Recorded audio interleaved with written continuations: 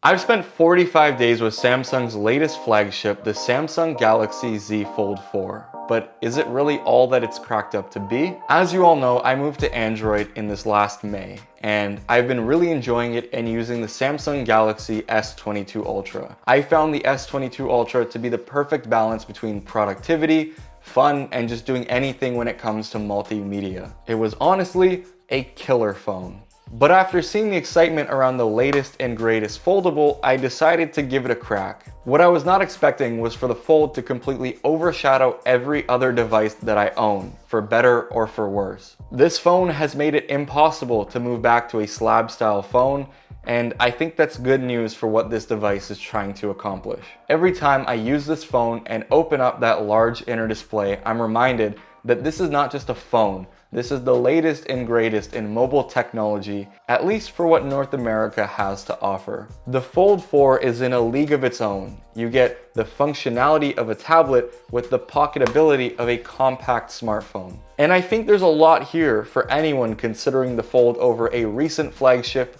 or a flagship that's soon to come out. Let me just put it into perspective before I go ahead and dive into some of the things I really like about the Fold. And before I do that, it would mean a lot if you can just go ahead, leave a like, and subscribe to the channel. It really does help out and it would mean a lot. Anyways, last year I had an iPhone 13 Pro, and as a companion to that, I ended up buying an iPad mini so I can do multimedia, gaming, checking emails, and pretty much those mundane tasks that, are just better suited on a larger display. When it comes to a slab style phone, like the iPhone or the S22 Ultra, I always felt like I needed a secondary device, whether it was a laptop or a tablet. It wasn't until I started using the Fold 4 that my entire perception on that would change completely. I hate splitting my workload across 2 or even 3 devices. I'd much rather have everything kind of just on one device, ready to go whenever I need it. And it's also nice because I don't have to worry about charging a laptop, a tablet, and a phone. This thing just fits in my pocket and it's always ready to go. And man, has this phone ever been an absolute blast and a huge relief. When I write scripts, typically I'd be glued to my chair at my desk and it'd be a really long and tedious process. With the Fold, all I have to do is open up Google Docs, and thanks to Android 12L, I can easily split view applications so that I have my document and anything that I'm looking at, whether it's a spec sheet, Twitter for inspiration. It just makes writing scripts and doing this job much easier. And that's the one place where the Fold really shines. Sure, aside from the Fold 3 and that little spec bump that I got, not much has really changed. But all of the changes that have been made to the Fold, while marginal, make up for a much more complete and refined feeling device. For reference, a while ago I had a little bit of hands-on time with the Galaxy Fold 3, and in my use case, I can never see battery life over 3.5 to 5 hours of screen on time. And for what that phone is trying to accomplish as being a tablet replacement and an all-around go-getter, it just didn't really make any sense. When it comes to the Fold 4 though, thanks to the new more efficient chip, I'm actually seeing like pretty crazy battery life. It's sometimes just about as good or even better than the 14 Pro that I use as a secondary phone. So getting that 7 to 8 hours of screen on time for this device isn't rare at all, and the standby battery is actually insane. And having that is just a nice peace of mind knowing that I can get easily through the day or maybe even a day and a half with the Fold 4 if I really need to. I'm also a huge fan of the cameras in the phone this year. The Fold 3 for me was just sort of a letdown.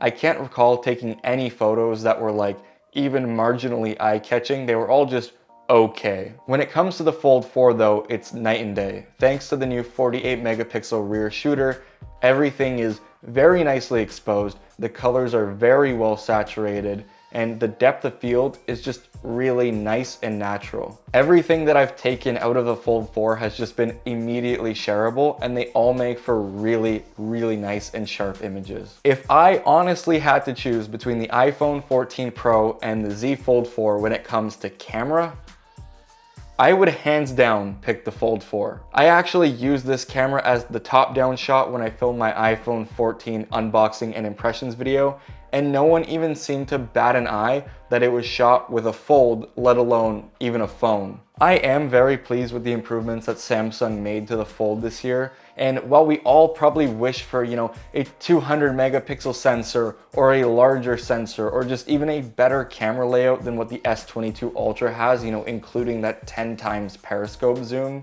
I just think it's kind of unrealistic considering what this device is. There's not much room in here to put a lot of hardware. It's already filled to the brim, and these cameras at this current state are pretty much as large as they're gonna get. So with the sacrifices that Samsung had to make, I think that this camera layout is amazing. But that's not all I do on my phone. I don't just endlessly write scripts and take a bunch of photos throughout the day. I use it for pretty much everything anyone else uses their phone for. Multimedia, gaming, browsing through social media, and the Fold for me has been the most fun device to play games on. It handles GameCube emulation flawlessly, and because of the aspect ratio of the display, you get a nearly full screen native experience, which is really awesome for reliving older titles that I used to play growing up, like Lego Star Wars. I've also been enjoying playing Call of Duty Mobile and Diablo Immortal. This phone is just super comfortable in the hand and the performance is flawless.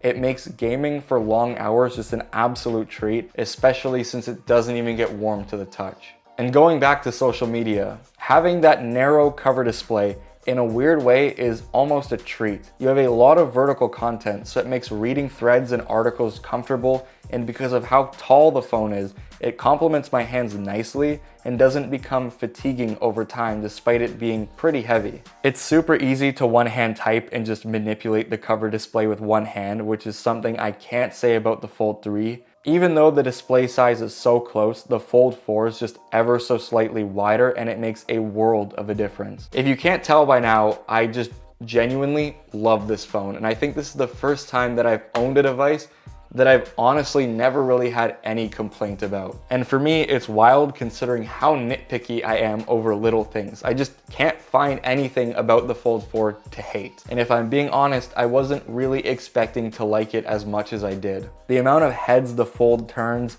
and the enjoyment I get out of it every time I pick it up, I think is a testament to how Samsung is nailing this form factor. And if I'm being honest, I think foldables are gonna start to become the norm. It'll take some time, that's for sure, but once this form factor is perfected, I don't think anyone's gonna wanna go back to a slab style phone.